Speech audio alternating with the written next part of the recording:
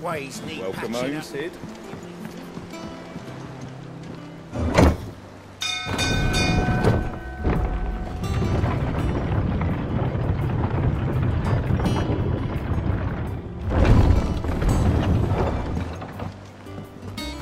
What became of Kupka? Why haven't we heard anything?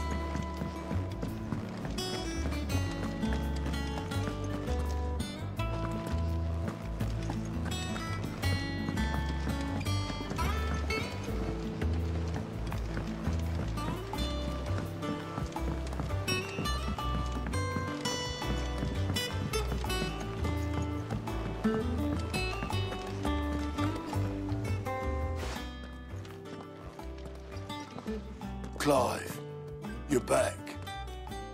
I am. And with glad tidings for once. Hugo Kupka is no more. Well, I'll be. All of our comrades who lost their lives back at Sid's place be smiling down at you right now. We had a stolus from Lubor saying Drake's fang had fallen. I expect that was your doing as well, was it? It's a long story.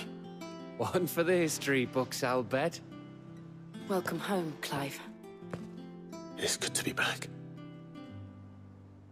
You look better. I feel it. Which means I'm coming on your next little adventure. You're not leaving me behind again. Wouldn't dream of it. Otto, any word on the Royalist movements since I've been away? Shouldn't you be putting your feet up? If you really want to know, go and have a word with Vivian. Thank you. I will.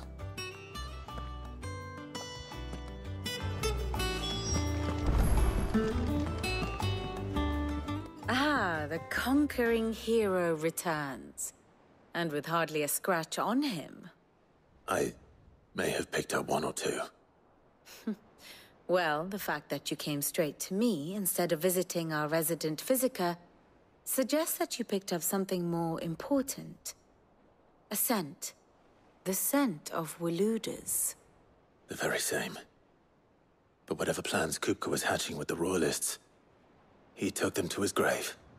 As did his men. Slaughtered by the orcs who'd taken over the Fang. Orcs, Vivian. I've never seen such creatures in Storm before. The Waludas must have ferried them over from Ash, but why? Why work to rescue Kupka only to invade his home, the mother crystal of an allied nation, and let both fall? It makes no sense. Do you know the tale of the blind men and the Adamantus? One can often be led astray by focusing too closely on individual details. One must instead see the bigger picture. And what bigger picture is there than my map?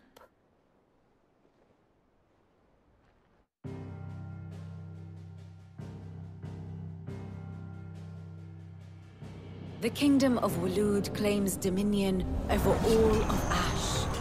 It is a nation forged by the bloody conquest of Barnabas Tharm, the dominant of Odin. The Canvarian War of Independence in 849. The Battle of the Twin Realms in 865. The Battle of Belinus Tor in 873. Wheresoever his armies fought, Odin was found where the fighting was fiercest. But of late, the warrior king appears to have laid his sword to rest.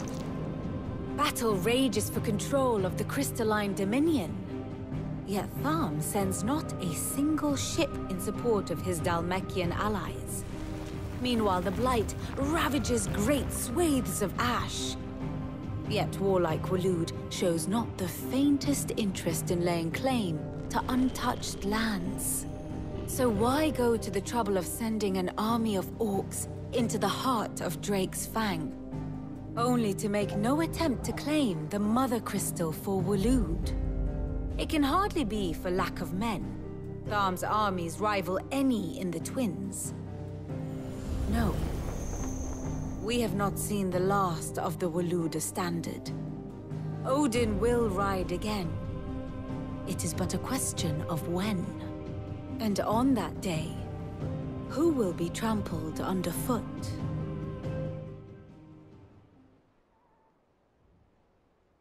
In summary, I know not to what end the Royalists betrayed Kupka. I know only that it is part of some broader scheme. A scheme tied to the ambitions of one man. King Barnabas. But there is no need to wallow in confusion. If one is to cure a sickness, one must first identify the symptoms. And your Lord Uncle has volunteered to do just that by keeping an eye on the Royalists' movements. He's really throwing himself into this. Indeed he is. Which means all that remains for us to do is await his reports. Well, not quite all in your case. The people of the Hideaway must hear the news. Justice has been done. Hugo Kupka is dead. The wounds he left that night are still raw, especially for those who lived with Sid the longest. Tell them that those wounds might finally begin to heal. Consider it the price of today's instruction. I've never known you to be sentimental. What can I say? I am only human. And we are, all of us, sentimental animals at heart. I suppose we are. Very well. I'll go and spread the word.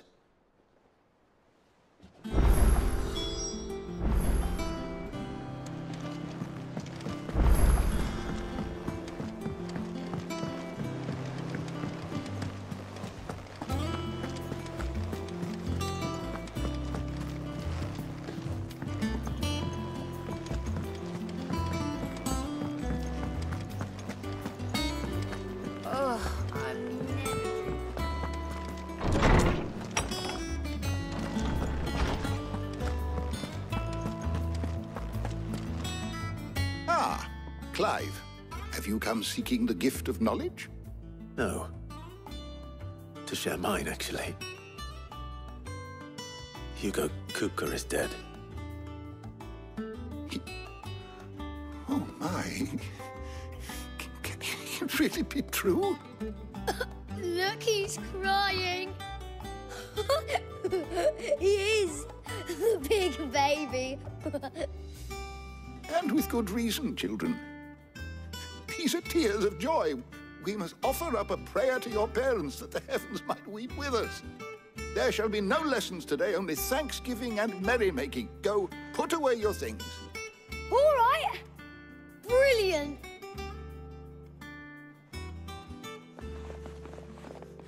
Finally, a new dawn has broken. It has. Thank you, Clive. I cannot wait to share the good news.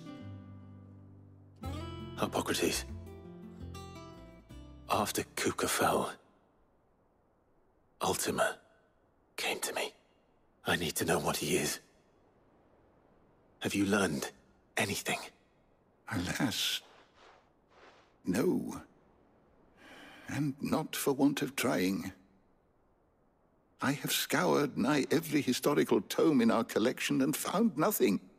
Not even the sort of conspicuous absence that might suggest a concealment of fact. One is almost tempted to conclude that such a creature never existed. But I saw him. With my own eyes. I don't doubt that you did.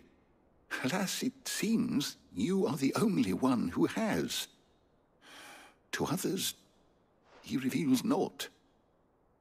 We see only that which he leaves in his wake, like some terrible force of nature beyond the ken of mortal man.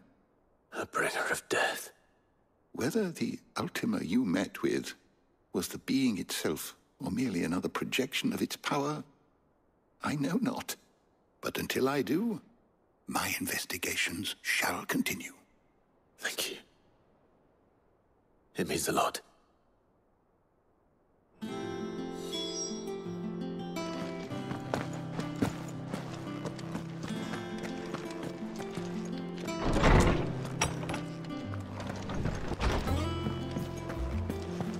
Thanks to Sid.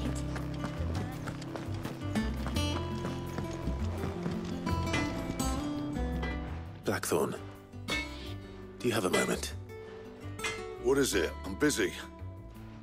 I wanted to tell you that Hugo Kupka is dead.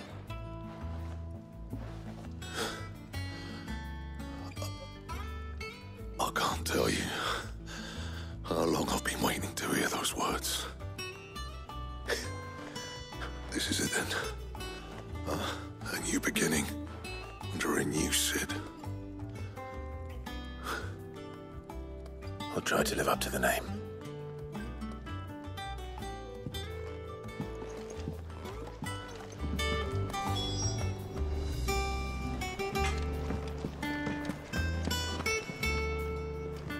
Well, someone looks pleased with himself.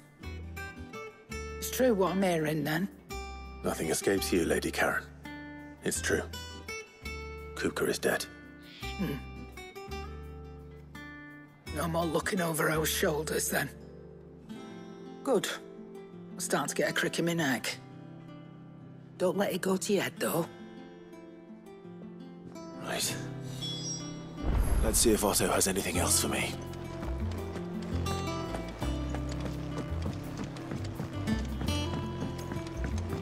I'm telling you, it's true.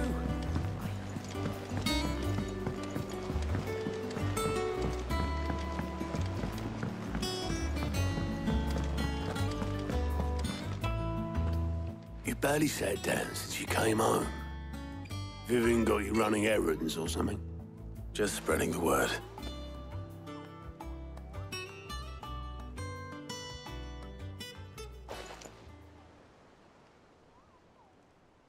So, the Professor's got a soft side, has she?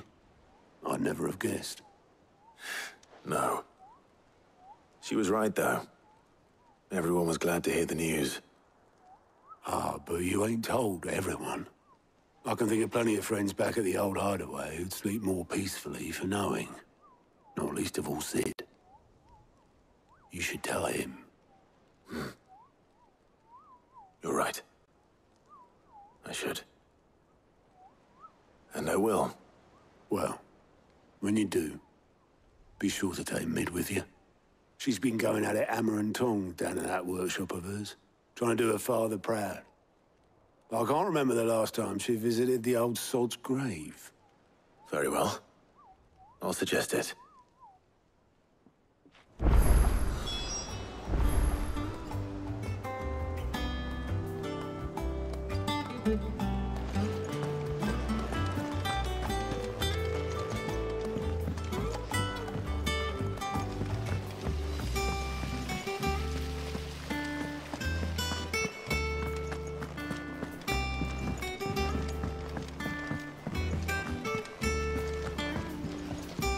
Editors started reading books that don't put any pictures in. Why do anyone want to do that?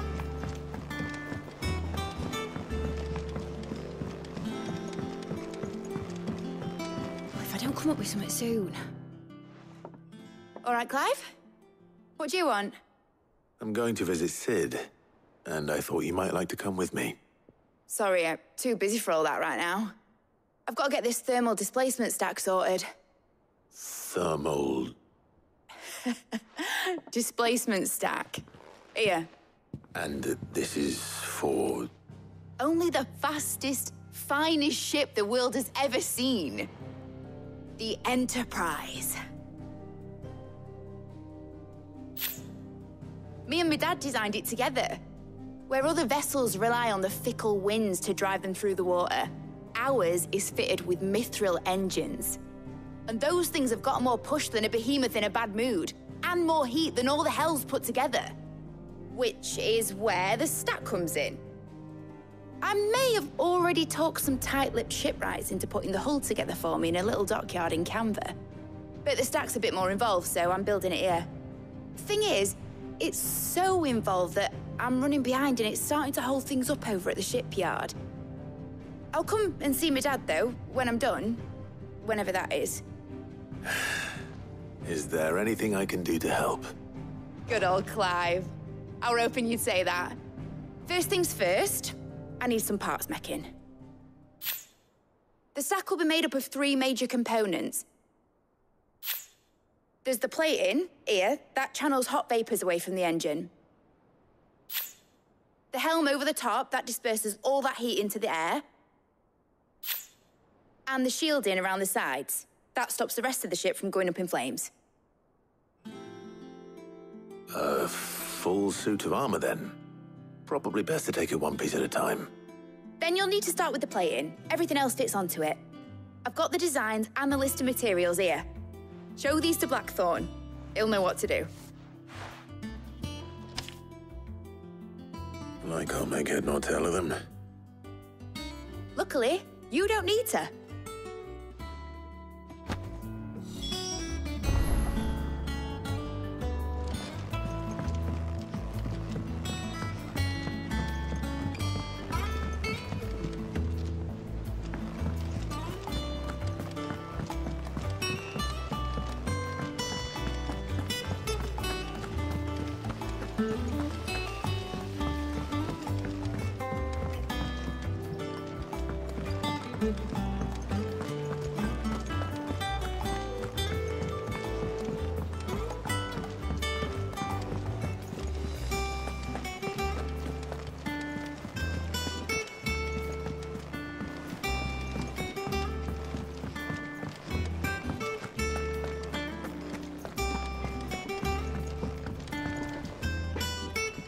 Blackthorn, can I ask a favor?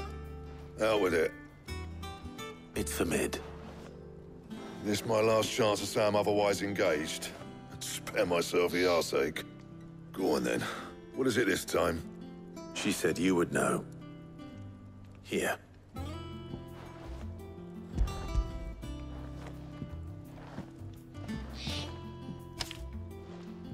Krieger's Tates. Well, I don't know what the hell you'd want this for, but I can make it. Won't be easy, though. And I'll need help. Get Gavin-Otto in here, will you? All right.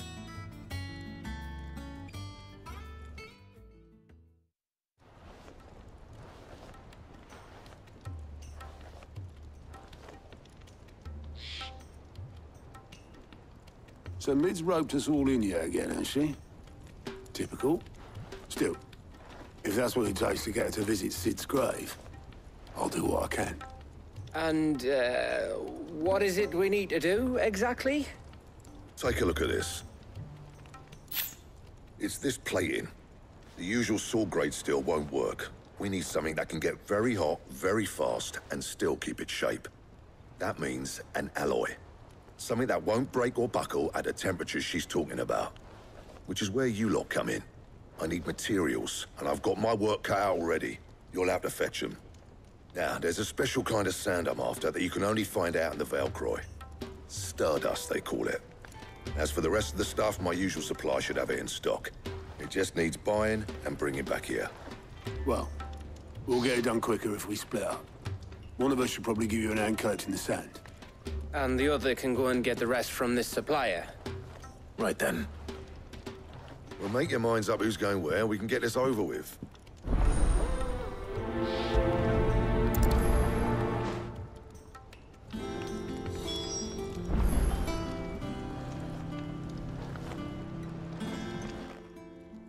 You going after the Stardust then, are you? Which one of these two lucky souls is going with you?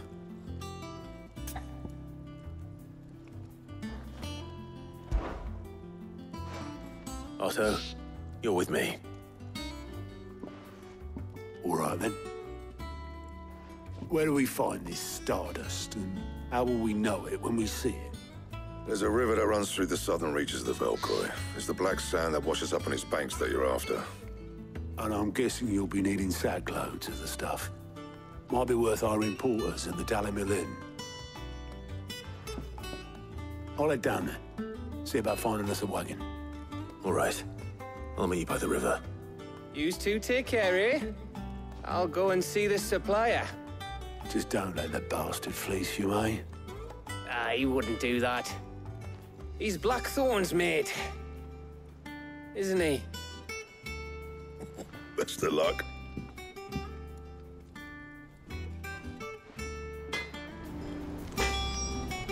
I'll head down to Dalimil, see about hiring us a wagon. Wait for me by the river. Clive? What do you want?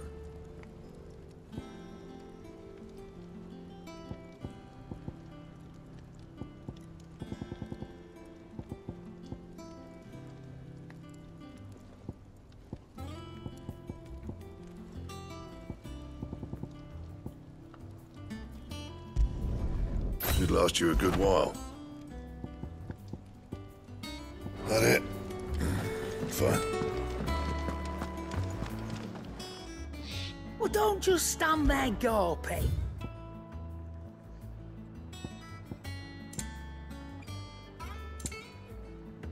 Is that all?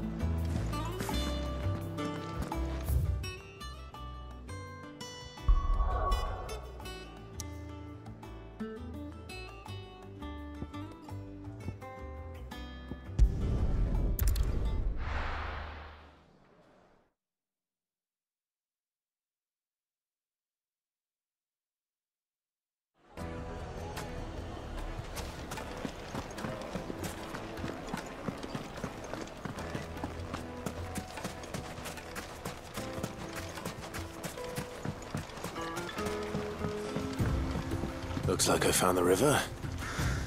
Now where's Otto?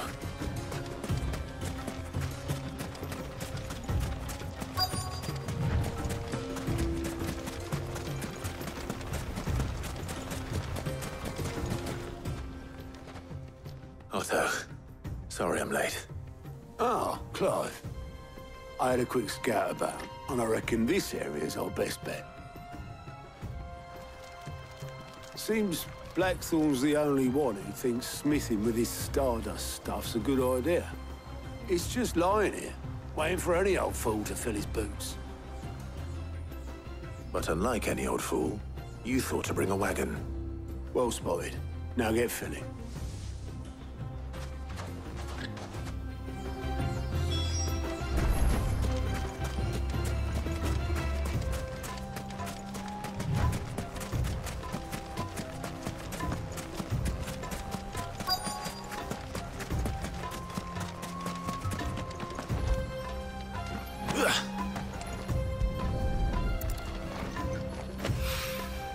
So this is Stardust. It just looks like black sand to me.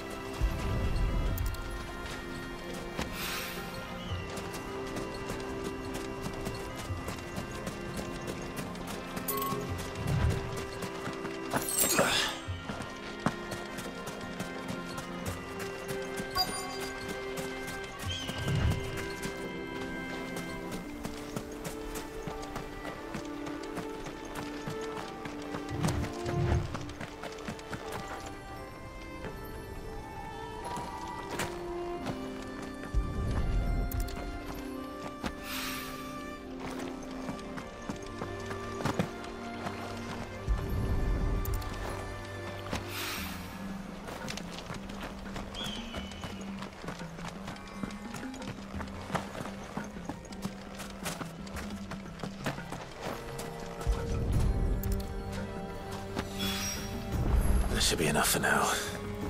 Let's see how Otto's getting on.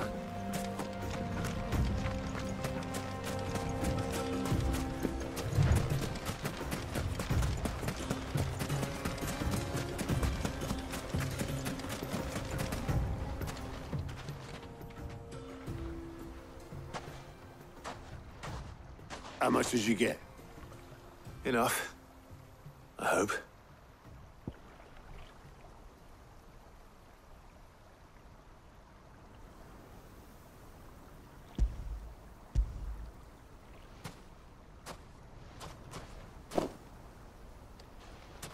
More than me.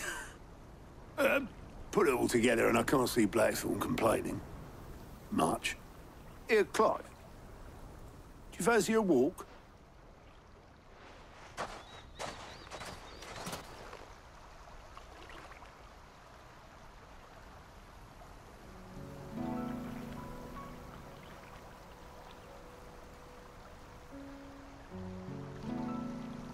Sid would be proud. Of what? Of you, you idiot. The way you've carried on what he started.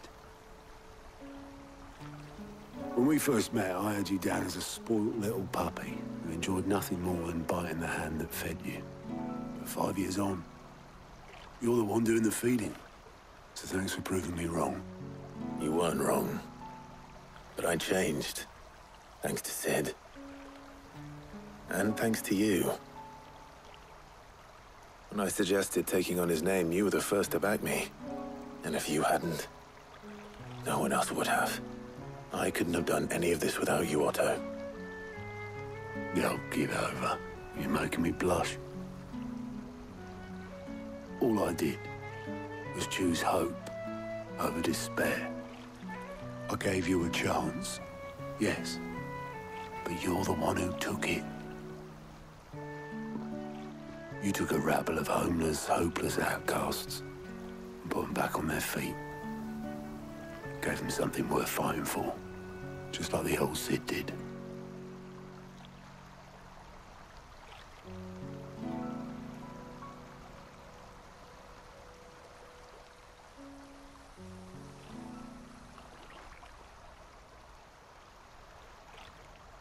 About time I was heading back, I reckon. All this scrabbling about in the sand's taken its toll on the old pins. I'll see you back at the hideaway then. You can take a well-earned rest when you get there. Oh, I plan to. Believe you me. But I'll make sure Blackthorn gets his precious black sand before I put my feet up. He'll only moan otherwise.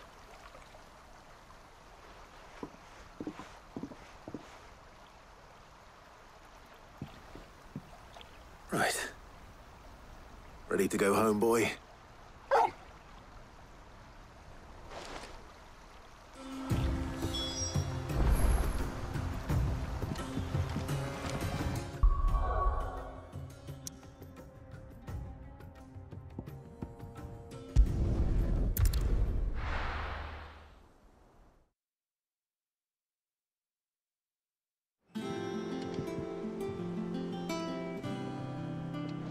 Let's hope this is all Blackthorn needs.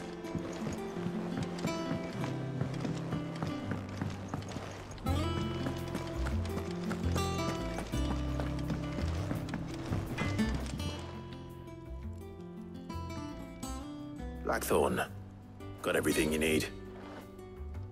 Yeah. Yeah, I do. Cheers for the Stardust. Should be enough to be getting on with. Nice to get out and about for once. Let's do it again sometime, eh? I'll make a start on putting this thermal plating together then. It'll take some time, mind. So if you've got other things to be getting on with, I could do without you breathing down my neck. Thank you, Blackthorn.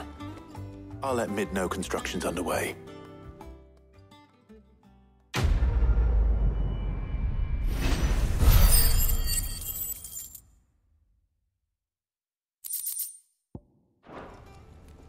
Suppose we'd better be getting back to work too.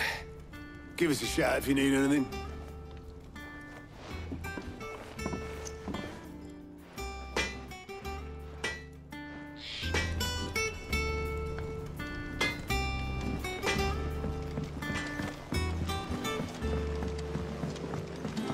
I went up to give some greens to the chopper.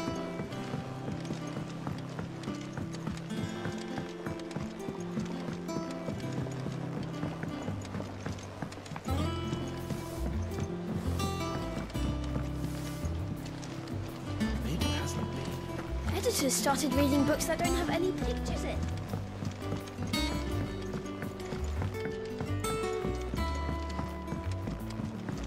If I don't come up with something soon. You'll be pleased to hear that Blackthorn started work on the plating. Excellent.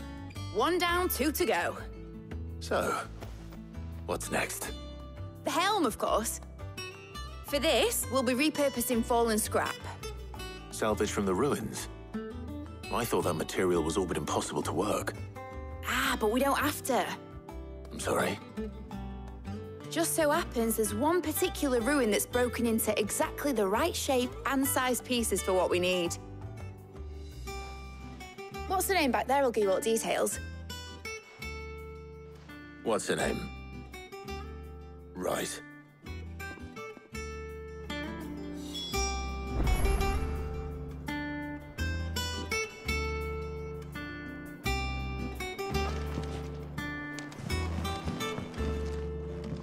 Oh, Cid, is this about the helm? Yes. Mid said I should speak with you. I'll show you the plans then. Here you see the mithril engine, in which mithril is burned to generate heat. That heat is then harnessed to produce motive force. Excess heat is dealt with by means of the thermal displacement stack, which disperses it into the surrounding air.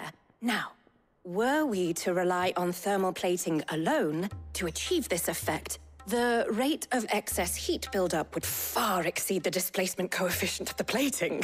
In other words, the reactor would overheat and eventually explode. This is where the helm comes in. It connects to the plating, you see, and serves as a sort of thermal sink to absorb all that excess energy. Our experiments have shown that fallen ceramics are remarkably thermophilic. They can withstand and absorb levels of heat far above anything we are able to make today. And not only that, they're also waterproof and immune to rust, making them the perfect material for our protective hood. Why, if sea or rainwater were to enter the reactor proper, it would vaporize instantly. The forces produced would tear the ship from stern to... You can stop there. I understand. Mid said we might be able to use parts of a fallen ruin. Where would I find it? Ah, yes. It's in Lorbert's Pass, near Lostwing. The thing is, well, I probably should have arranged to have the pieces we need brought here sooner. You see, a certain unwanted visitor has taken up residence there. It's no longer a matter of just walking in and taking them. It's, going to be considerably more dangerous than that. I see. Then I suppose I'd better deal with this unwanted visitor for you. Would that help? Oh, very much. Thank you, Sid. I'll gather my team and head there right away. We'll meet you outside the ruins.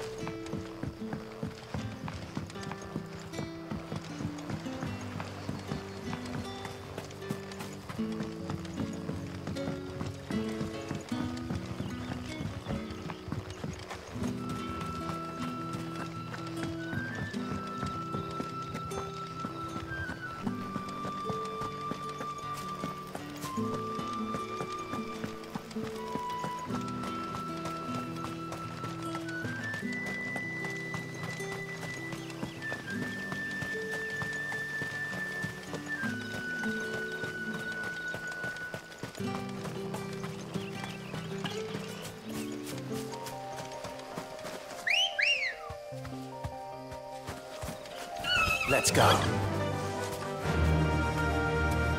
Faster!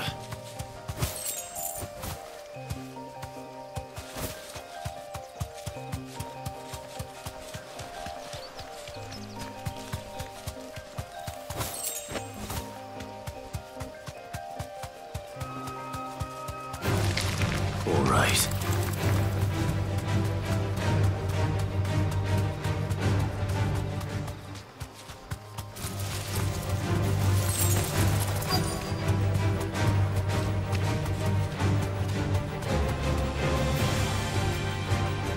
Deserve a rest. Good.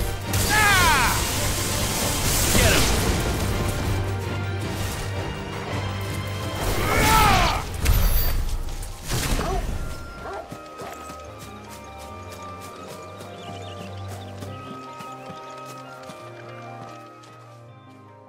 Oh, there you are, Sid. Thanks so much for coming.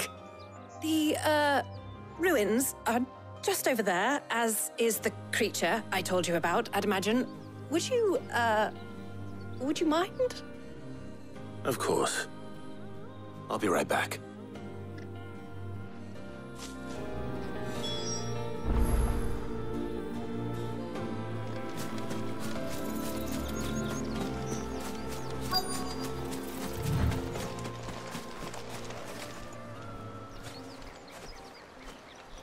Anybody home?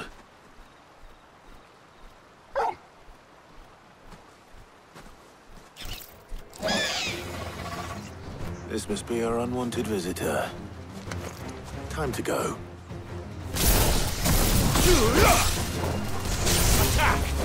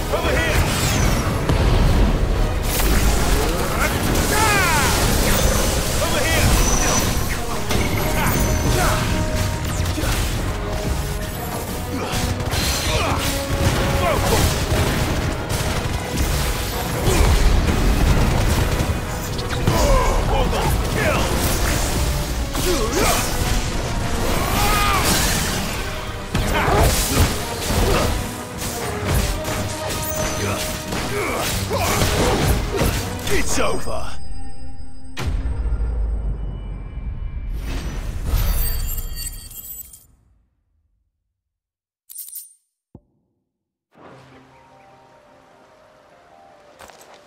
The things I do for you, Mid. Sid! Oh, thank goodness you're safe. You shouldn't have any trouble now. Indeed. Well, don't let us keep you. We'll, see that everything is transported safely back to the hideaway. All right. I'll let Mid know you're on your way.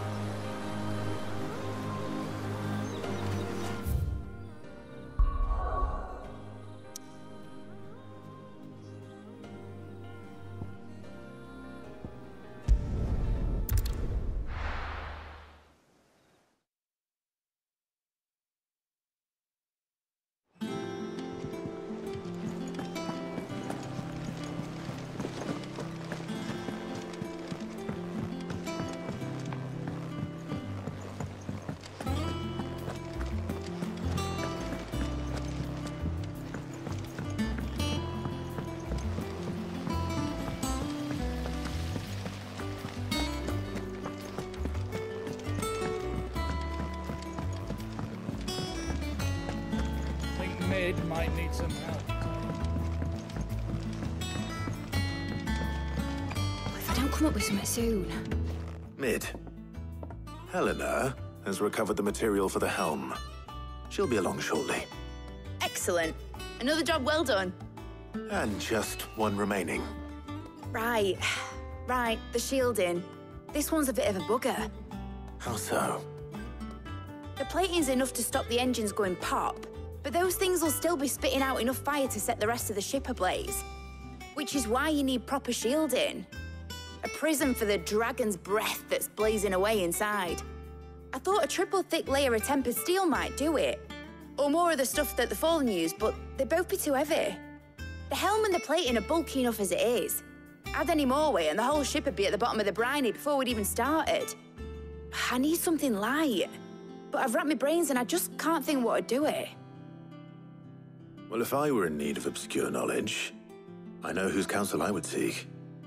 Harpocrates. Tomes? Yeah, well, I'd thought of that, obviously. I've got all the details written down here. Can you take this to him, see what he makes of it? Right away.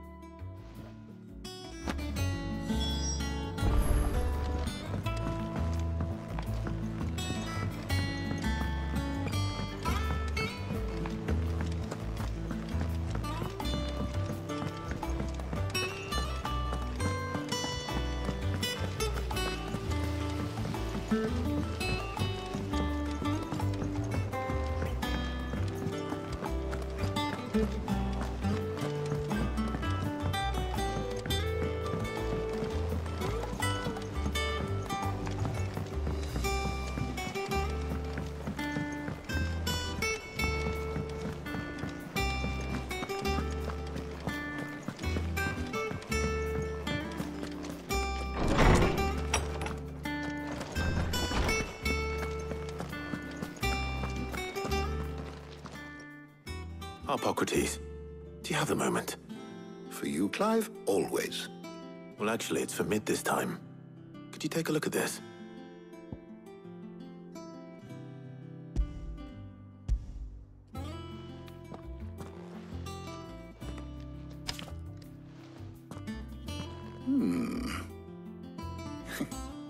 Shielding for a mithril engine.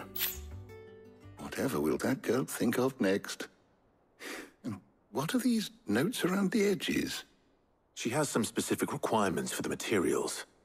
The shielding needs to be able to resist extreme heat on the inside, and yet remain cool enough on the outside not to set the ship alight, while also being light enough not to sink it. As you can imagine, she's struggling to find anything that meets her needs. I see. I wondered if you might know of a solution, or if you might be able to search the records for one. Perhaps it is not a different material she requires, but a different approach. What do you mean? Consider the lake we have made our home. Its blighted waters eat away far more quickly than fresh water or even brine, at timber and steel alike. And yet, we have made a home here from those very materials nonetheless. We have. But Bardolph must varnish every board twice over to keep it from rotting. And Obelisk complains that without a constant supply of pitch. I see. Early Gregorian histories speak of a preparation known as moon dew. It is said to be able to resist even the most ferocious flames. Before the dragoons tamed the worms and wyverns of the realm, nobles would daub their castle walls with it in order to guard against dragonfire. So if we could recreate it... It might be applied to some material or other in order to provide the protection Mid requires. As to how best to apply it and to what material, perhaps Bardolph and Obelisk might be of assistance. I shall speak to them and see what wisdom they might have to offer. If you would be so kind as to procure the necessary ingredients, I shall discuss the specifics of how it might be most effectively put to use with our two friends. The knowledge of the past may yet prove useful to we of the modern era. Thank you, Hippocrates. And since you're asking others to help you, perhaps I should too.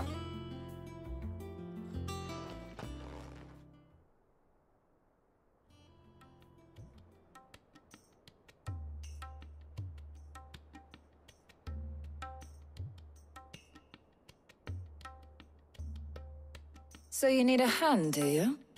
We do. I'll be heading to market for the ingredients we need. I could do with some help. And some company, too. The other can assist me in researching how best to prepare the shielding itself. Can we count on your aid? Always. Well, if Jill's game. Thank you. I am sure either of these fine young minds would prove indispensable in my research. I leave the decision as to who will go with whom in your capable hands, Clive.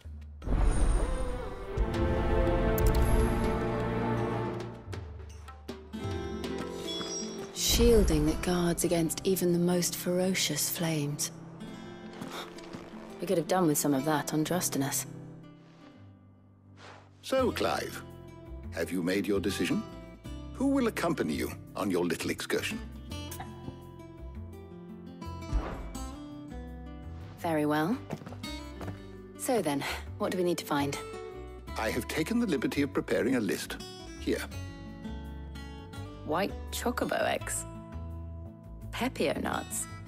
Are you sure this list is right? Everything on here seems very edible. I would have thought the ingredients would be a little more exotic. Though these items may seem mundane, they have potent effects that are rarely exploited, effects for which they were once highly prized. So much so, in fact, that they were harvested almost to extinction, hence moon dews having fallen from favor. Now, of course, they can be obtained with ease. You should be able to find everything you need at the market in Northreach. Is that so? I've been meaning to visit Northreach anyway. I'll set out now. Join me there when you're ready. I will. Until then. You two enjoy yourselves. You too, Talia.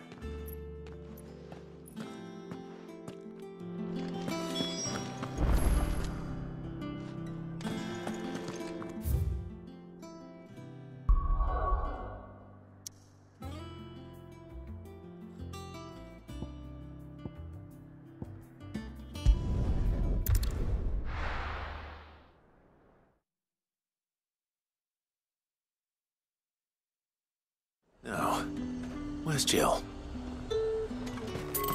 There's talk that the glass gate flooded. Keep them pilchards nice and chilled. Those Pepio nuts? How goes the hunt for ingredients? I've only just started. I'm sure everything we need is somewhere amongst all these stalls, though. Why don't we split up and see? We'll take a couple of ingredients each. All right. What am I looking for? How about you look for the Pepio nuts and some garlic? I'll find the other things we need. We can meet by the gate when we're finished.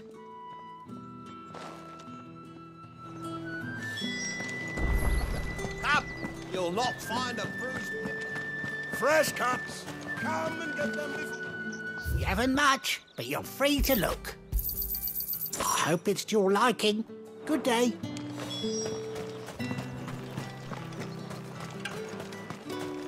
How the hell is anyone supposed...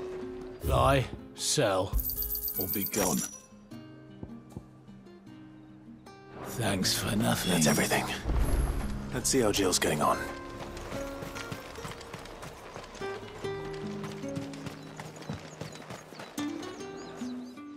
Did you find everything? I did. Here.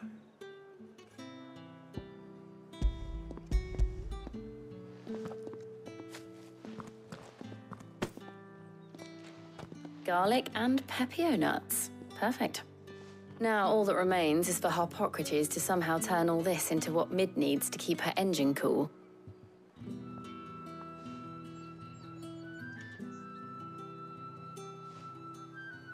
But before we head back, would you walk with me a while?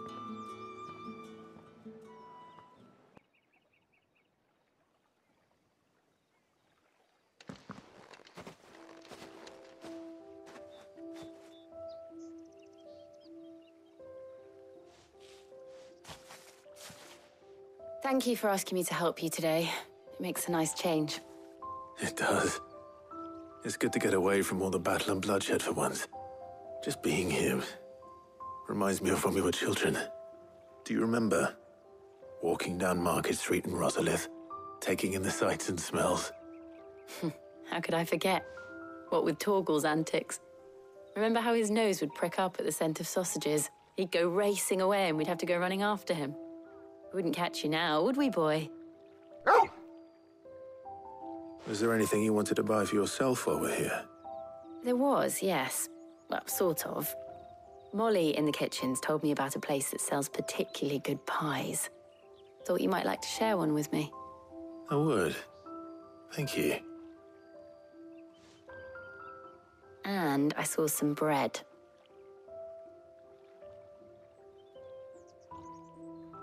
Big white cobs like the baker back in Rosalith used to make. What do you think? I thought we might get some soup to dip it in. But then I tried a slice of the butcher's dry-cured ham, and it was just, oh. You all right? Sorry. It's just, you're right. I really do feel like a child again being here with you.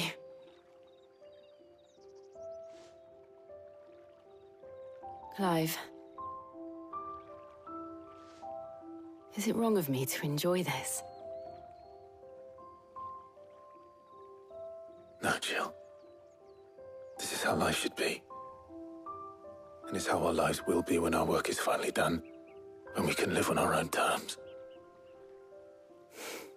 I hope so. Thank you, Clive.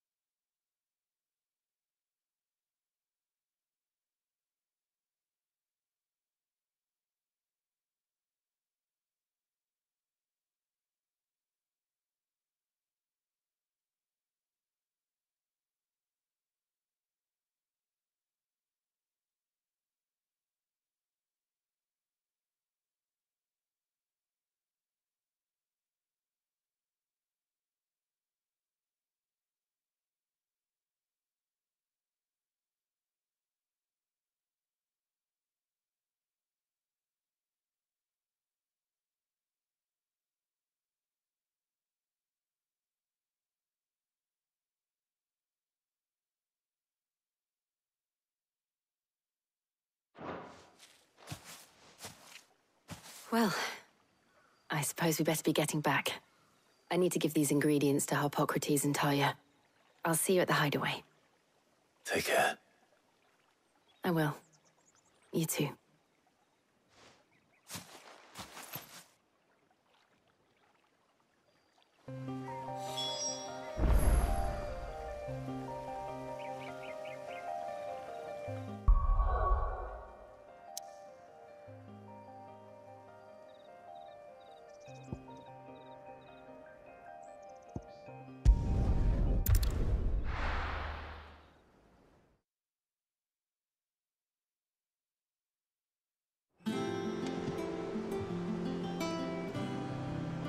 I wonder how Harpocrates is getting on with the moon dew.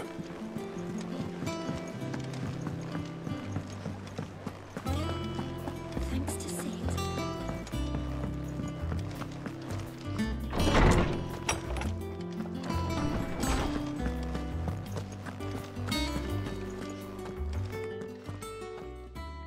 How's work on the shielding progressing, Harpocrates? Well, very well indeed. And thanks in no small part to your kind assistance. I was just explaining to Talia how we might best go about preparing the moon dew. And now that we have all the ingredients, we may begin. You can count on me. I've mixed more than a few mysterious concoctions in my time. I'm sure you have. What about the shielding itself? Work is underway, under the watchful eyes of Bardolph and Obolus. Apparently, it'll be ready soon. Thank you. All of you. Right then. Jill, would you join me in the infirmary? Many hands make light work and all that. Of course.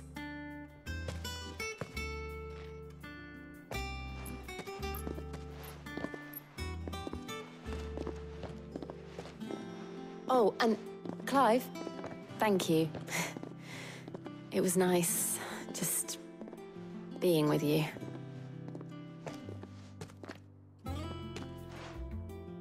It appears our work here is almost at an end. A shame. I was enjoying playing the man of action for once. When both the shielding and the moon dew are ready, it will merely be a matter of applying the one to the other. Followed by a rigorous process of testing and retesting, of course. Perhaps someone ought to warn young Mid of that. Leave it to me. Thank you, Harpocrates.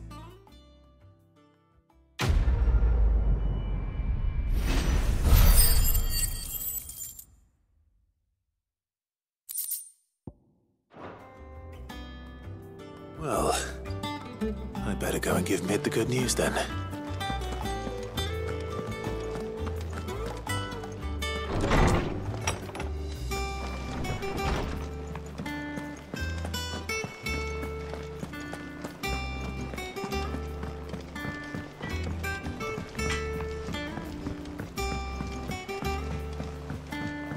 I went up to give some greens to the chocobo.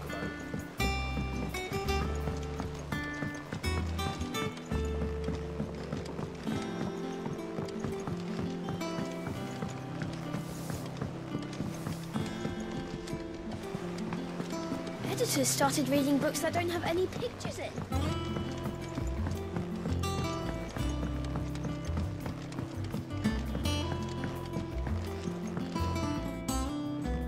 Sorry to keep you waiting, Mid. But you'll be pleased to know that work on the shielding is underway. You found something for it? In a manner of speaking, Harpocrates knew of a substance that's highly resistant to heat. A coating that should provide the protection you need. He's supervising the construction and testing of the shielding as we speak. Brilliant! I knew you wouldn't let me down. Don't thank me. I'm just the errand boy. Right then, better start working out how to bolt all these bits together. To the Black Hammer!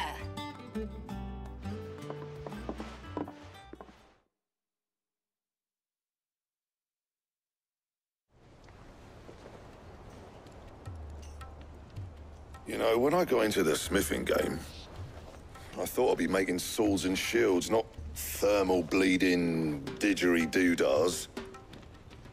Displacement stacks. Same difference.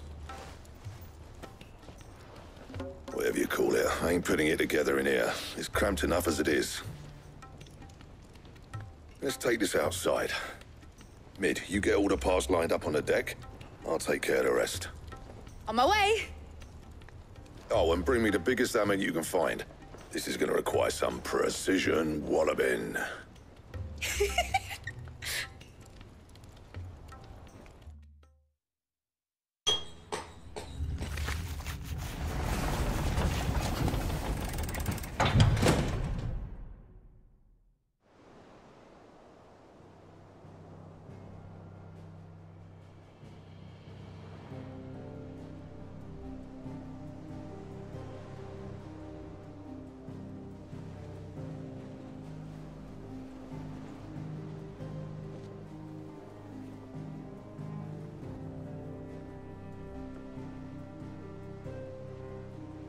It's finished! It's finally finished! Thank fuck for that. I'll be feeling my hammer arm for weeks. Thank you, Clive, Blackthorn, everyone. That's one down and just 3 more to go. I'm sorry. Oh, didn't I tell you? The Enterprise has 4 mithril engines, and we'll be needing a displacement stack for each. You don't mean... Don't worry. Now they've got a finished one to work off, my gang in Canva can build the rest. Good luck to them, I say. Right, I'm off to get a sling for this elbow. Any other work comes in, keep it to yourselves, eh?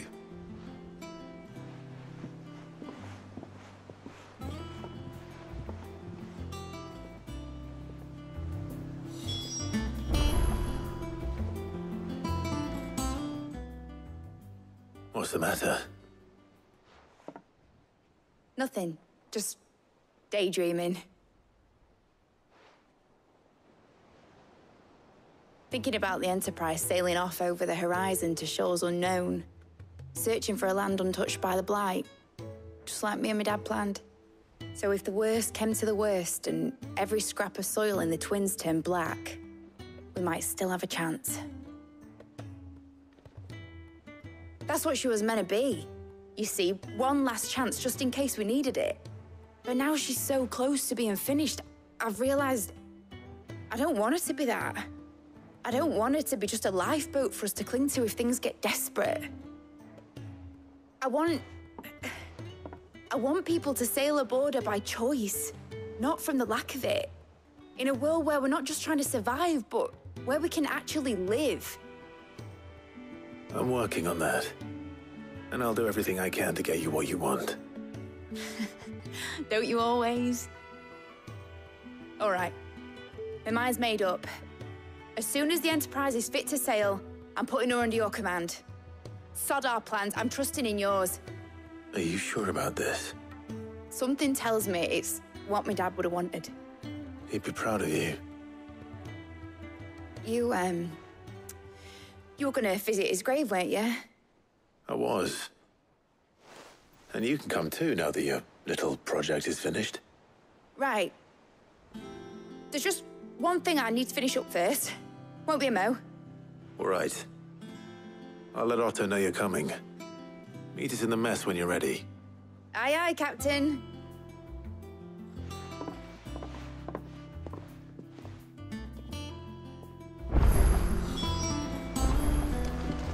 Mid told me she was building a ship.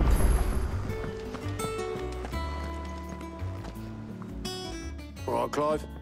Asterix. Mid finished sending half the hideaway traipsing across the Twins, has she? I swear, that girl'd do anything to put off visiting her old dad's grave. No excuses now, though, eh? Not quite. She said there was one final thing she had to take care of. I'm sure she'll be finished soon enough. She said that? In those words? She did, yes. Clive? Were you born yesterday or something? There is no thing. She'll probably be halfway to Canva by now. Mid. I might still be able to catch her.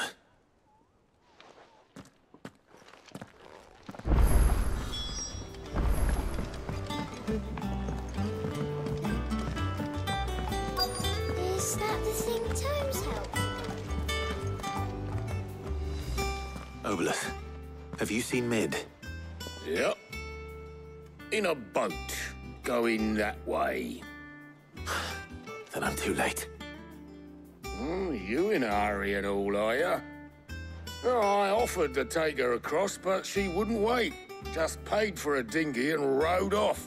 Oars going like the clappers. Got some life in her, ain't she? But anyway, I was on my way up to see you, as it happens. Got a letter for you. Urgent, by the sound of it. One of your uncle's men said I was to hand it to you in person, post-bleeding haste. And you're here now. Thank you, Obolus. Don't mention it. What tidings, Uncle?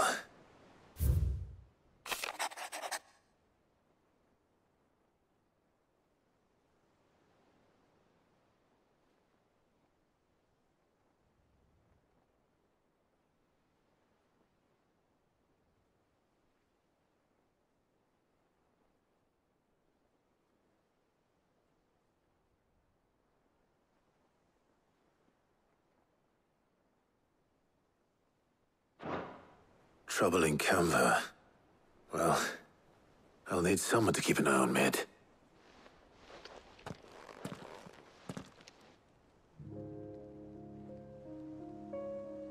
So what?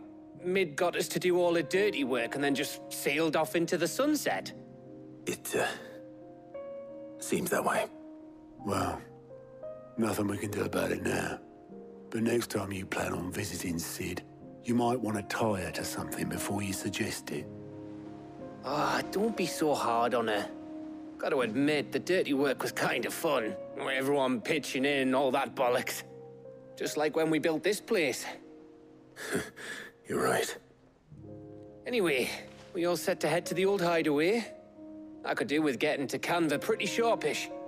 Wouldn't do to keep Lord Rosfield of the Seven High Houses waiting now, would it?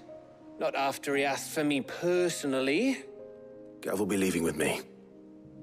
Will you mind the place while we're gone? You can count on me. Just be sure to give Sid and the others my regards. All right. Oh, by the way, Jill will be joining us too. She's got some things to take care of, but she'll meet us there. I hope she's telling the truth at least.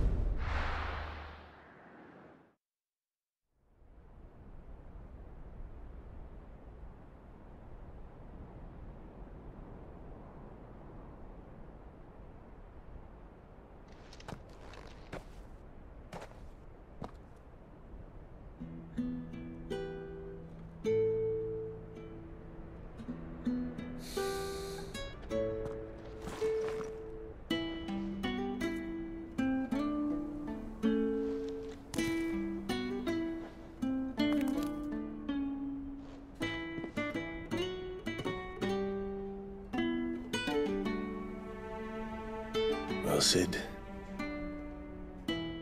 I remember what you told me. But if no one is listening to what you have to say, you may as well not say it.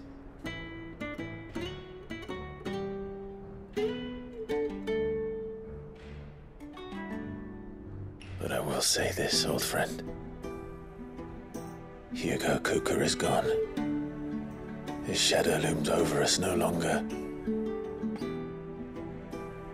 It's a pity the Phoenix can't be in two places at once. If he'd have been with us, maybe he could have done something for the lost. Not even the Phoenix can bring people back from the dead. Life has a beginning and an end. So we must live while we have the chance. And not as slaves to the crystals, but as free men. May we join you?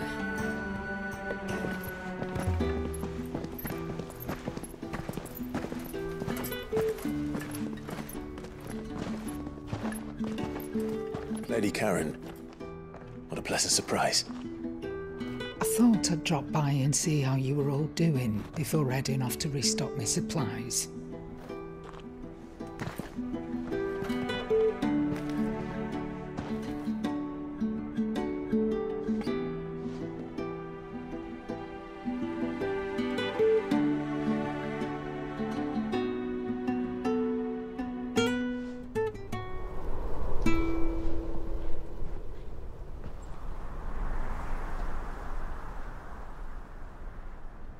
It wasn't the most scenic view back then, but it were never as bad as this. I know. The blight marches on. And soon, there will be no escaping sights like these.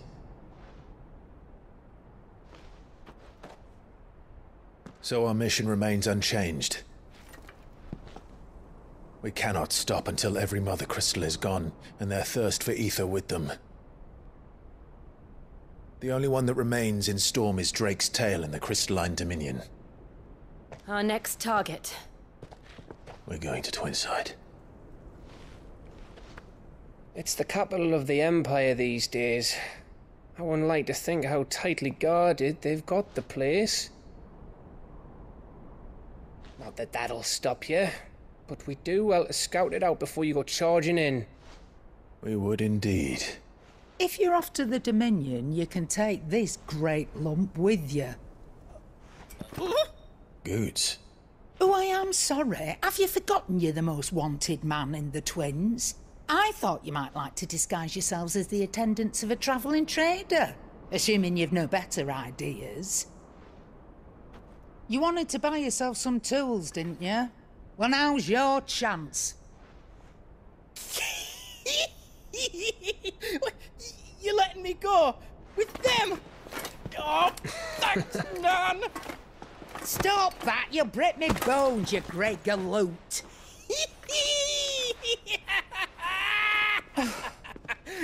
There's a caravan that runs back and forth between the Dominion and the Bocklad markets. It's managed by the Merchants Guild. Just show them Goots' traders pass and you'll be on your way. It'll be a damn sight less risky than footing it the length of the Crystal Road. That's for sure. Thank you, Karen. And glad to have you with us, Goots. Okay then. I'll get me things and I'll meet yous there. See yous down in Bocklad. Get off! Me poor fingers! Jill, you're with me. Understood. And Gav? Already on my way, Captain. Be careful. Aren't I always?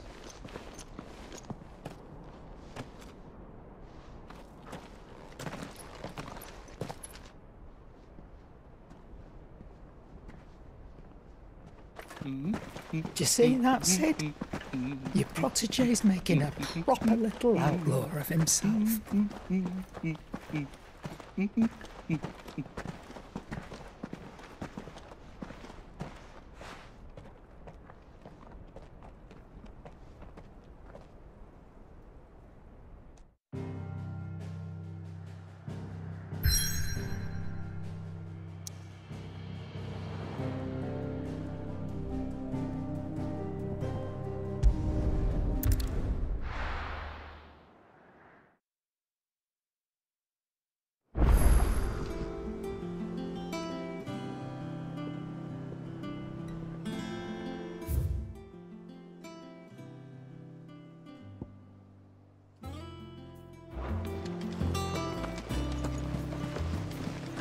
Is that the thing Tomes helped with? Vic told me she was building a ship.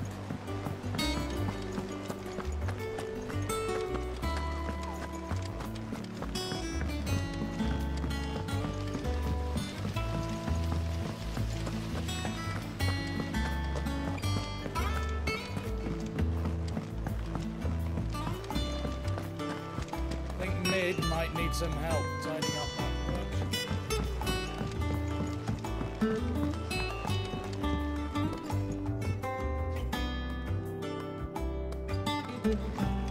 Well, that's it then.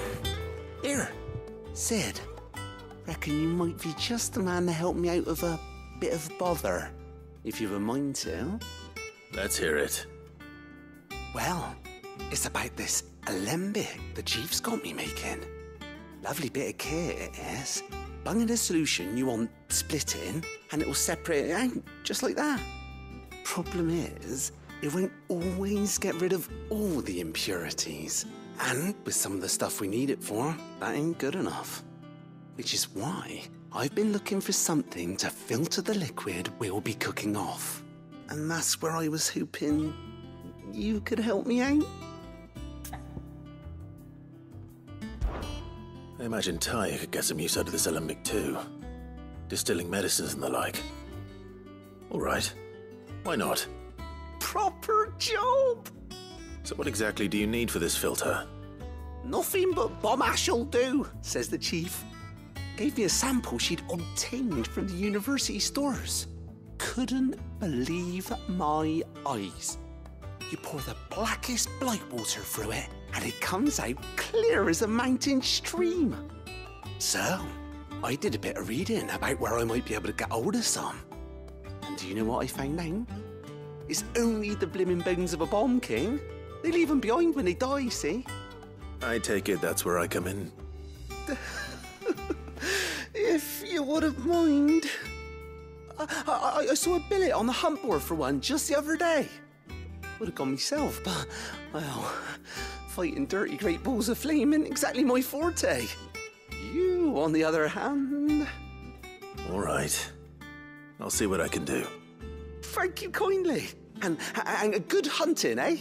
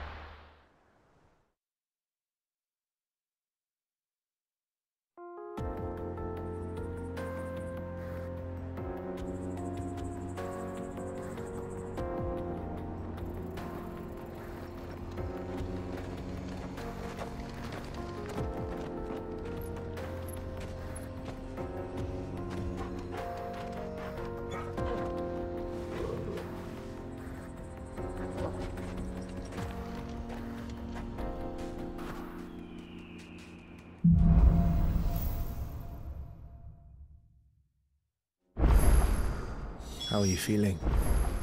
Better. Thanks to Taya. I'm glad to hear it. And Torgal helped too. Didn't you, boy?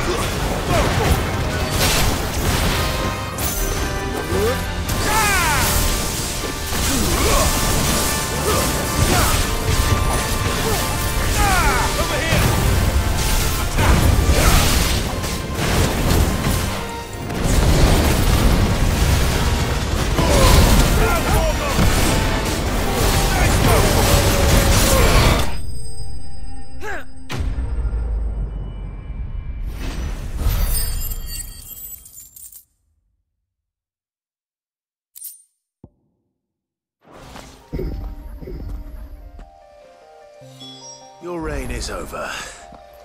Now to collect the ash. I should probably have brought a bucket.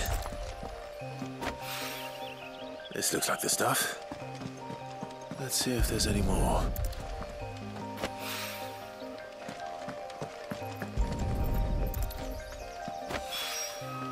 That should do it. If the wine needs more than this, he can fetch it himself.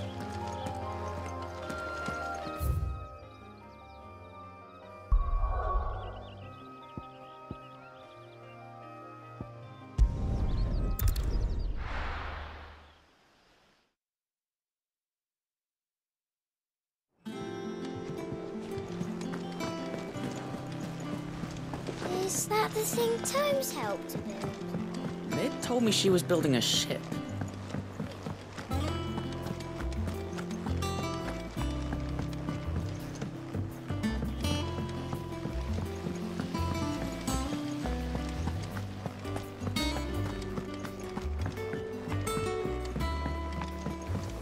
I think Mid might need some help.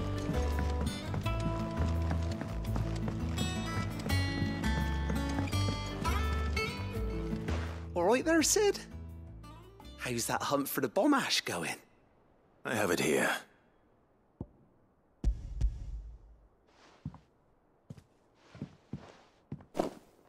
That's the stuff. And plenty of it, too. Enough to keep the Alembic bubbling away for a good old while. You're a gent, Sid. Let nothing say otherwise. Right then, let's get this contraption up and running.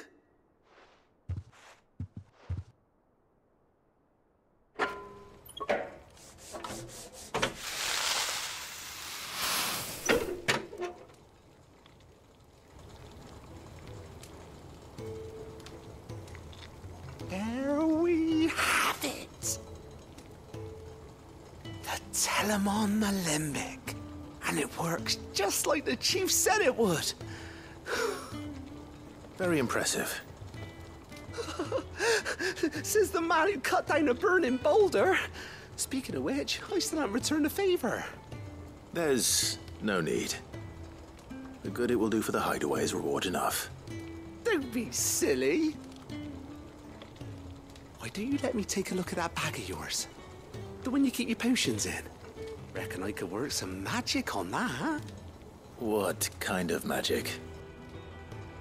Well, we happen to have isolated a substance in our test run of the Alembic that I reckon will make even the toughest lever supple as anything. Thought we might use it to breathe new life into old boots and the like. Save the hideaway a few gil. Ah, I reckon if we slap a bit on your bag, it'll loosen it up enough for you to squeeze in a bottle or two more. Well, it can't hurt to try, I suppose. That's the spirit. Leave it with me. I'll only be a mo.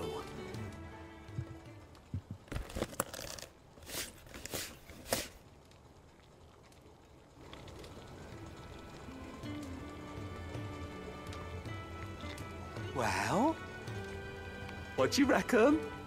It certainly feels more flexible. Right? Told you. Thank you. I think. No. Thank you for supporting Mid and the rest of us in our endeavors. Without you, we'd never have been able to discover wonders like that stuff I rubbed on your bag. And I'm telling you, there's plenty more where that came from.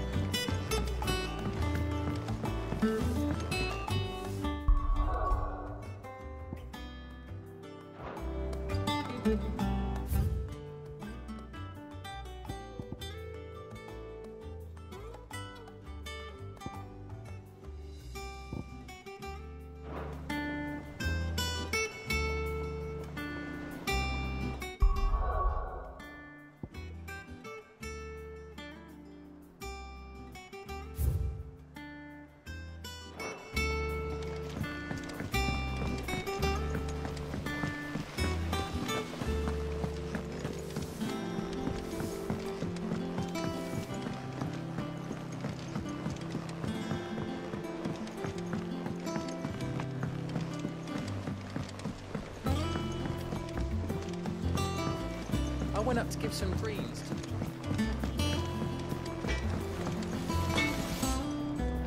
What do you need? Good bloody riddance.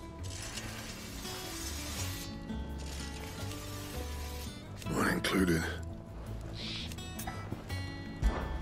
So, what'll it be?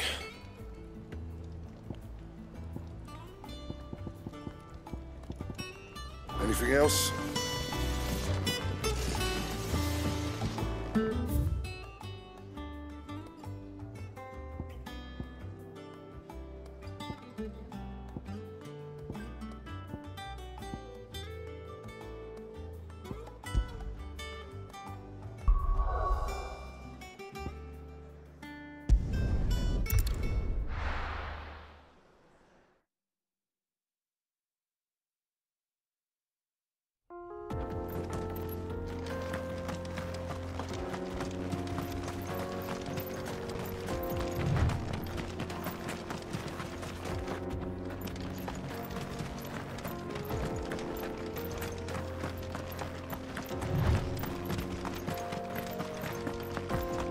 This used to be a trade route for merchants crossing the Scars, till the Republic laid a new road wide enough to let wagons pass, and all official traffic moved there. Leaving this one for those living outside the law. Indeed. I doubt we'll be the only outlaws on the trail today.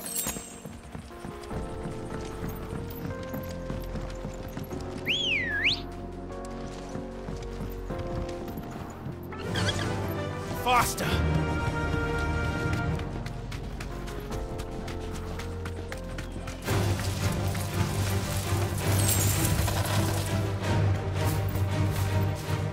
Be safe.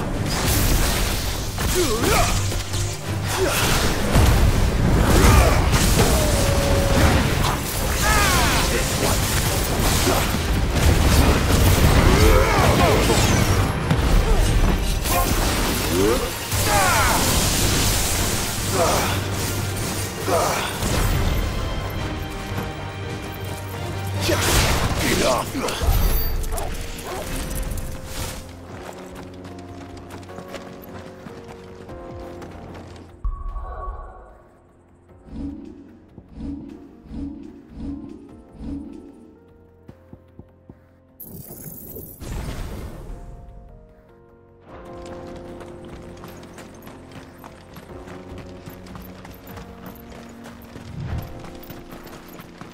So what do you think? We'd be lucky.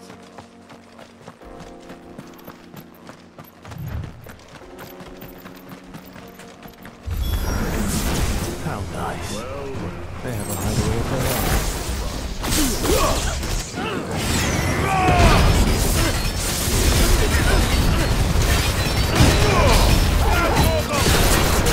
Get him!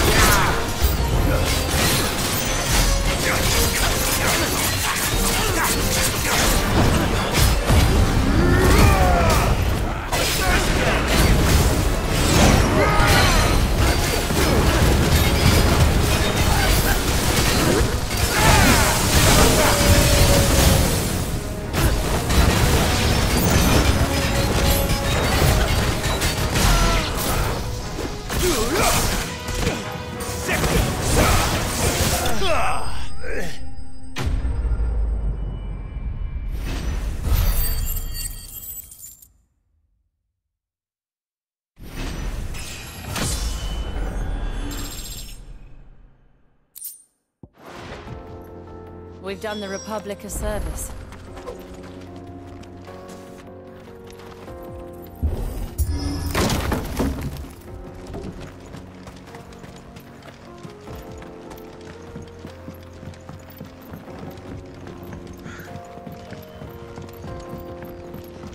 I see the Dalmex lag behind Rosaria when it comes to bridge building. The fallen ruin should hold, at least. The path continues on the other side.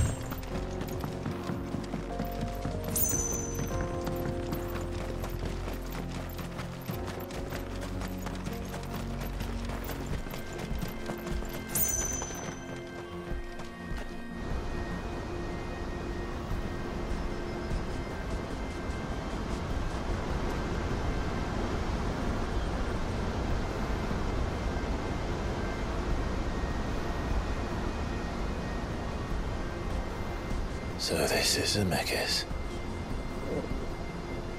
The land of the gods. It's even more impressive than I imagined. I remember being captivated by the story as a child. Long, long ago, man was overcome by avarice and challenged the gods in a bid to win their power. The final battle took place here, at these falls. Or so the legend goes. If anyone ever manages to plumb those depths, perhaps we'll learn if there's any truth to the tale. That the gods emerged victorious and punished man for his defiance by visiting upon him 2 curses. Dominance and bearers. To tell the truth, I always thought it strange that the dominant and their icons were deemed a curse. Back home, the dominant inherited the throne. They were admired and exalted, not spurned. Whenever I got to that part of the story, I always assumed there must be something I'd misunderstood. You had a lot of storybooks, didn't you? In your room, I mean. When we were young. The old legends were always my favorites. Epic battles between gods and men. Father encouraged me to read as much as I could. He thought it good for my education. You really were a boy like any other, weren't you?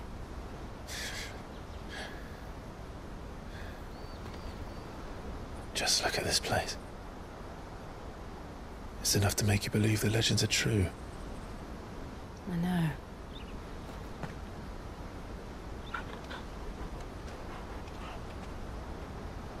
We're not far from Boklad.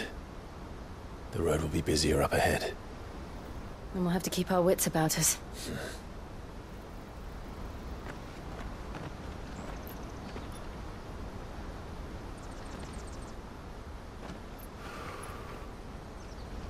Clive? Something wrong? Nothing. It's nothing.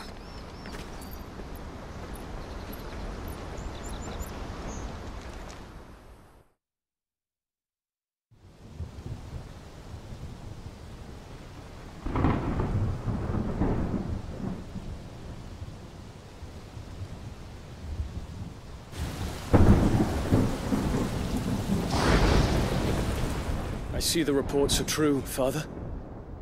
You have surrendered the throne to Olivier. I have. Emperor Olivier shall rebuild the Holy Empire of Sanbreque.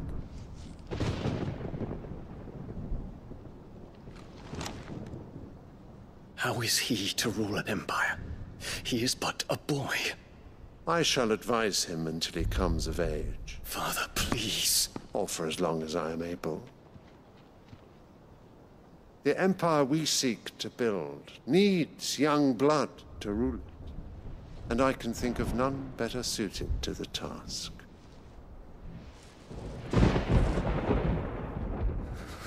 There is other news, Dion. Hugo Kupka is dead, and Drake's Fang destroyed. The pillars of the Republic have fallen. Ere long, the Imperial banner shall fly over every city in Storm. And then, Valisthea. All shall bow before their Emperor. Father, these are the words of a tyrant. They are the words of a god. The Emperor whom I gladly serve.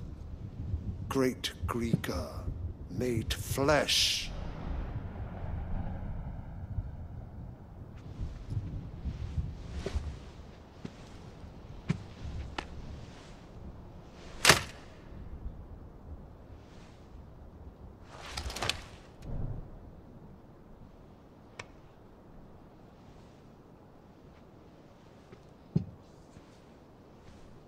Return to your camp, Dion, and ready your forces.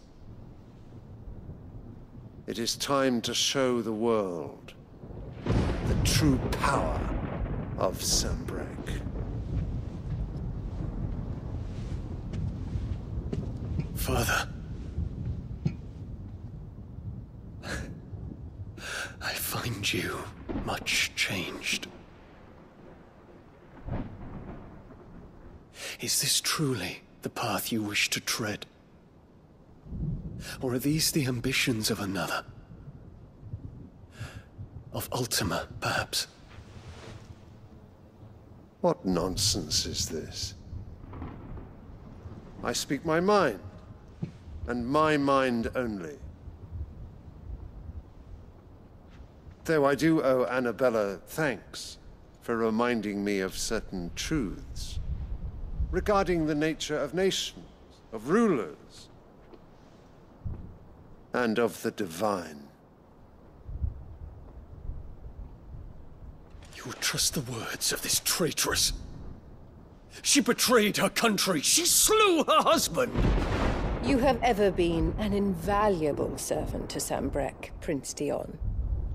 I trust you will continue to serve your Emperor in the wars to come. The canker! Silence! Insolent wretch! You will bend the knee. All else is heresy. Sire, forgive me. This audience is over. Come, your Radiance. The Rowena Syndicate awaits your pleasure. Oh, not another meeting with silly old men. They're so boring. I'm hungry, Father. Can't we have luncheon instead?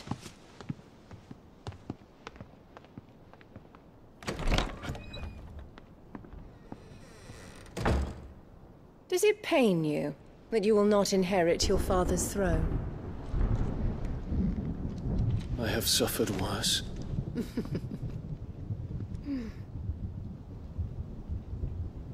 Count your blessings, Dion. For a base-born child to be chosen by Bahamut is miracle enough. You have risen high on his wings, but you shall rise no higher, lest your impure blood stain the throne. What do you know of my blood?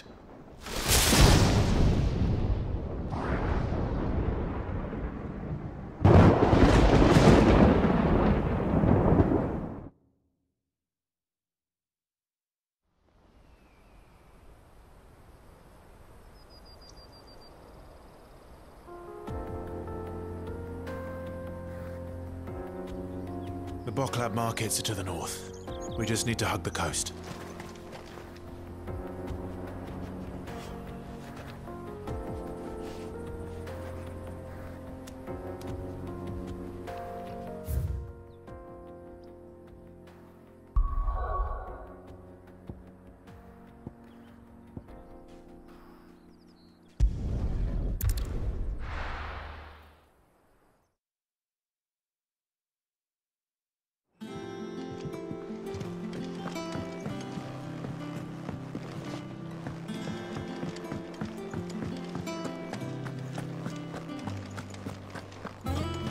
extract the crystal too.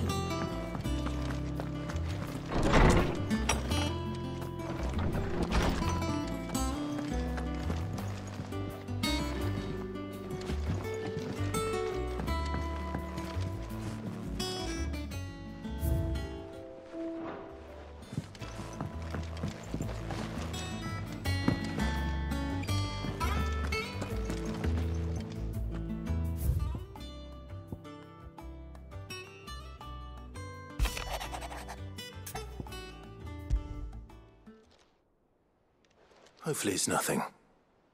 But I should speak to Blackthorn just in case.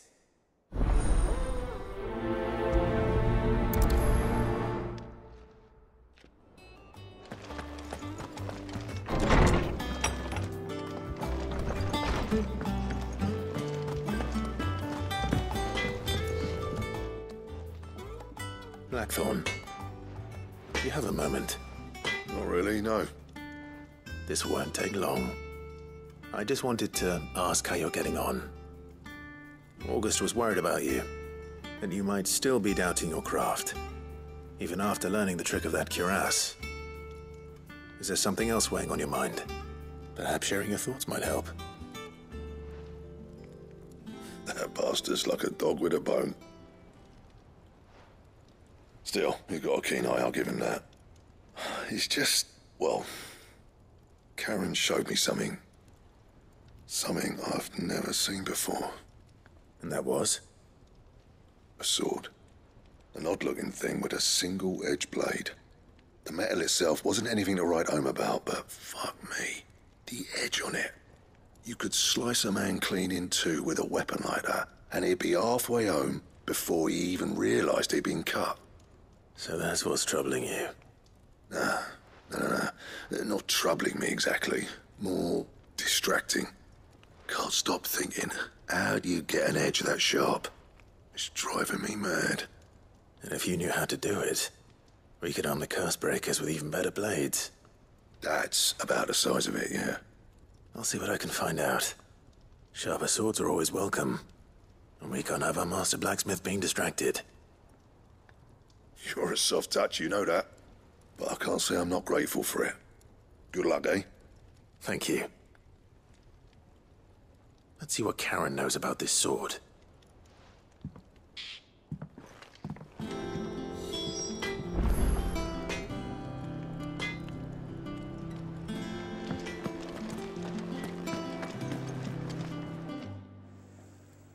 You're looking well, Karen.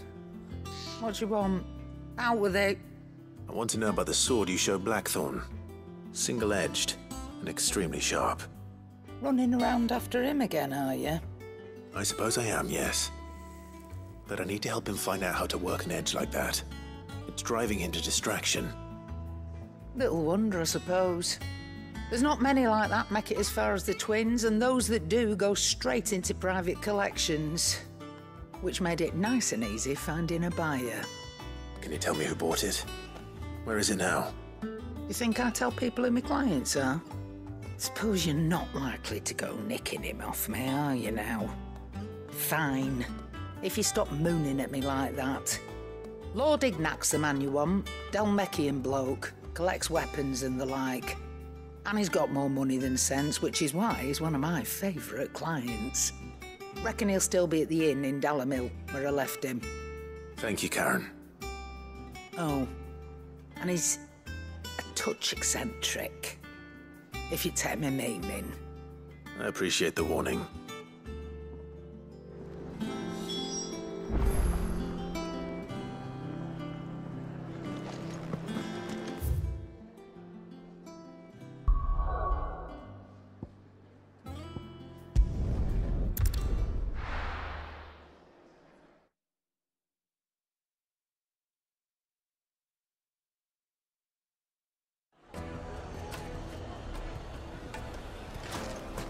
People take notice of wealthy men.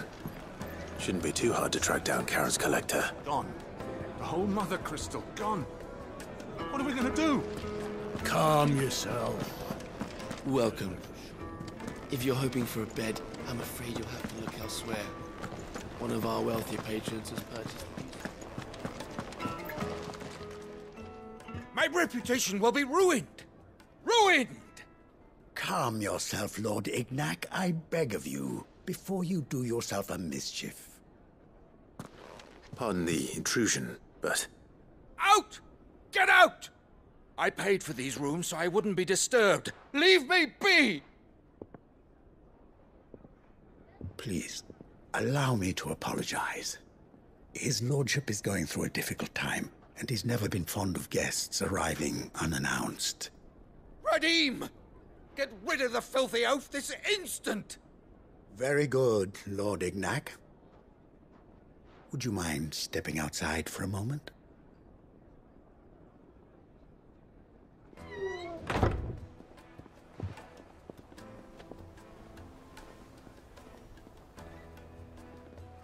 I'm sorry if I've caused you any trouble.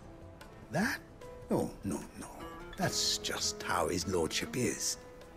Though the morning's events have left him somewhat fractious. He's been dispossessed of his luggage, you see. The thieves also made away with a considerable amount of coin. Coin the innkeeper will soon be keen to collect. I don't suppose a certain blade was among the stolen items. A single-edged sword. It was purchased from a merchant friend of mine. Ah, you know Lady Karen. Yes, I'm afraid it was. Then I'll retrieve Lord Ignac's luggage. But I have one condition. You have but to state it. You are welcome to anything that is within my power to grant. I want an audience with Lord Ignac. A few minutes should be enough. Then I'll be on my way. A condition I would be a fool to refuse.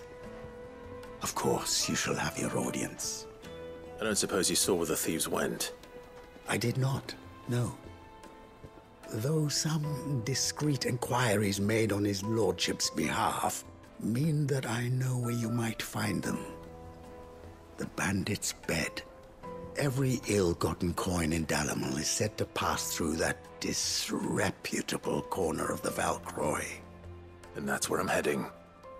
I shall speak to Lord Ignac in your absence, and arrange for an audience upon your triumphant return. That will be very kind of you. Farewell, and best of luck.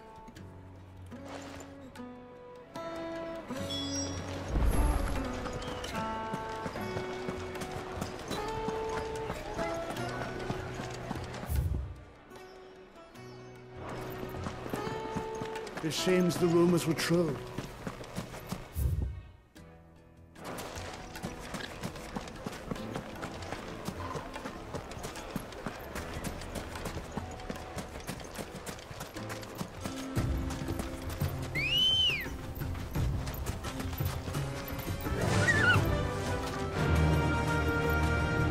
Be safe. Come on. Fly, Ambrosia.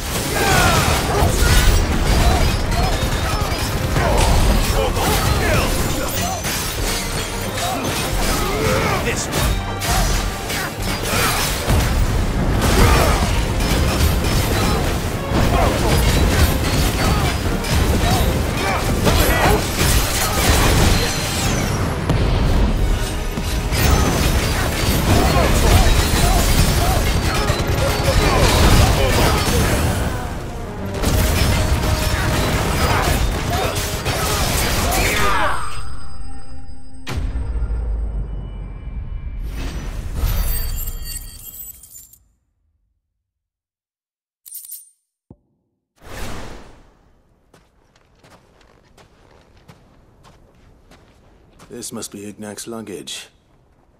Nothing seems to be damaged. All right. Let's get it back to Dalamil.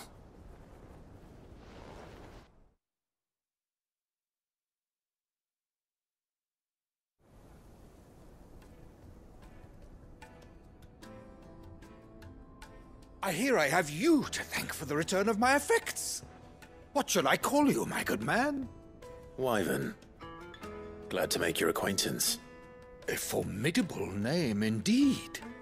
Well, Wyvern, I appear to be in your debt.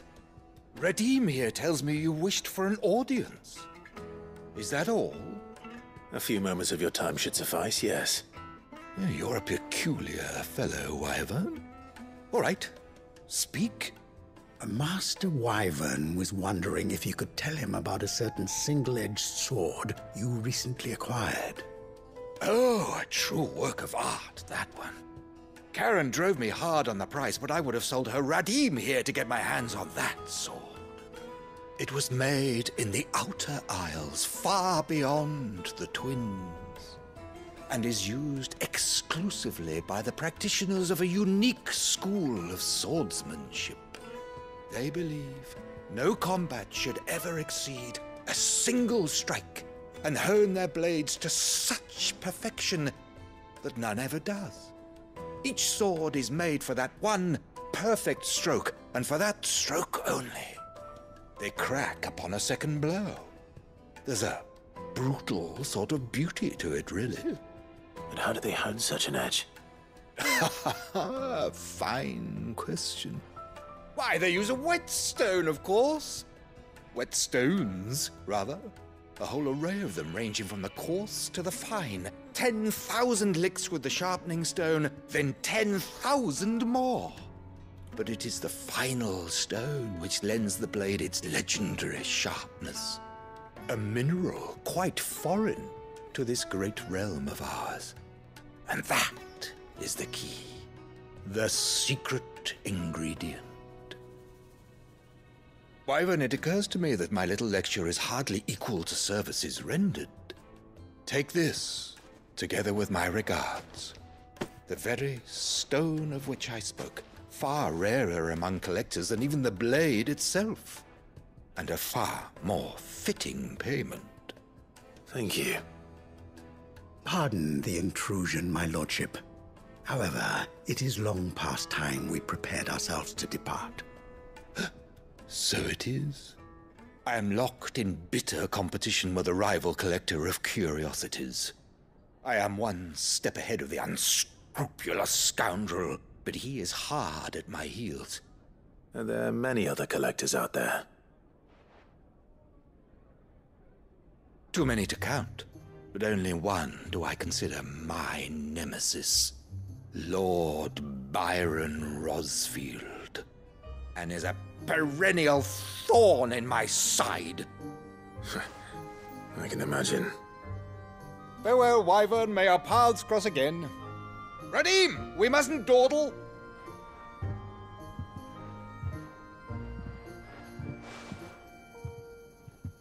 I think his lordship is rather taken with you, Master Wyvern.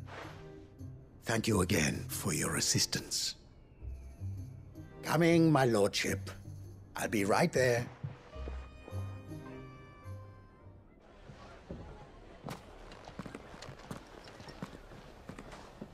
Trust Uncle Byron to find such an interesting rival. Now, let's see what Blackthorn makes of this whetstone, shall we?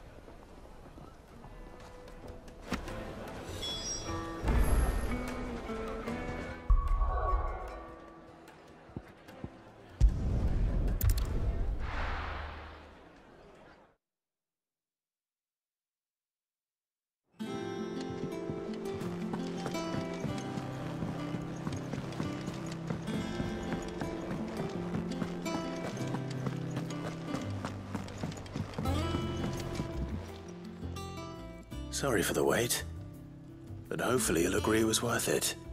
You learned something about that sword, then? I did better than that.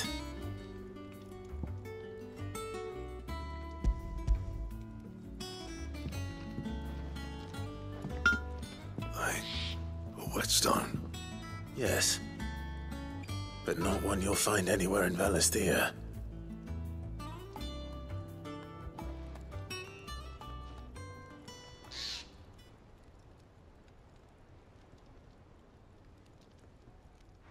No wonder I couldn't get the same finish on the grinding wheel. One hit and all done, eh? Might not be so bad if all you ever fought were duels. Good luck on the battlefield. Your second opponent would be your last, no matter how good you were. Even so, is there some way it could be used to give the Curse Breakers an edge? I think so, yeah. With this whetstone and the right kind of steel, I could probably even make a twin of the blade that rattled me. But there'd be no replacing this little rock once I worn it down to a sliver. I reckon we get a dozen swords from it, if that. Swords that the Curse Breakers wouldn't know how to wield properly, and that would see them through a single fire piece. Nah, no point trying to copy that thing. Be about as much use as a wax anvil. But finishing our blades with a whetstone this fine, now that's something to consider. And what's finer than fallen masonry, eh? Or more hard-wearing, for that matter. Just imagine it. Good Valisthean steel with an edge as sharp as any found in the Outer Isles. I won't make a copy, nah. I'll make something much better. I'm sure the Curse Breakers will be delighted. Just don't push yourself too hard. Don't you worry about me, Sunshine. I've been working day and night since I was half your age, and I'll still be here when you're long gone. Hey, thanks, Clive. I mean it. I owe you one, August 2. It's good to know someone's looking out for me. He'll be happy to hear you said that. And I'll see that my debt to you's paid. First new blade I make's got your name on it. You come and find me when you've got the materials. All right. I will.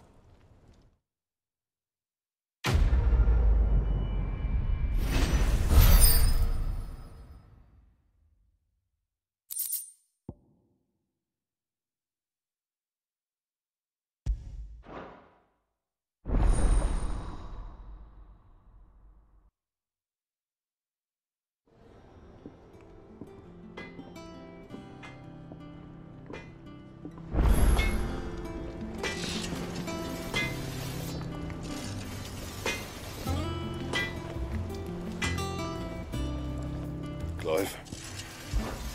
What do you want?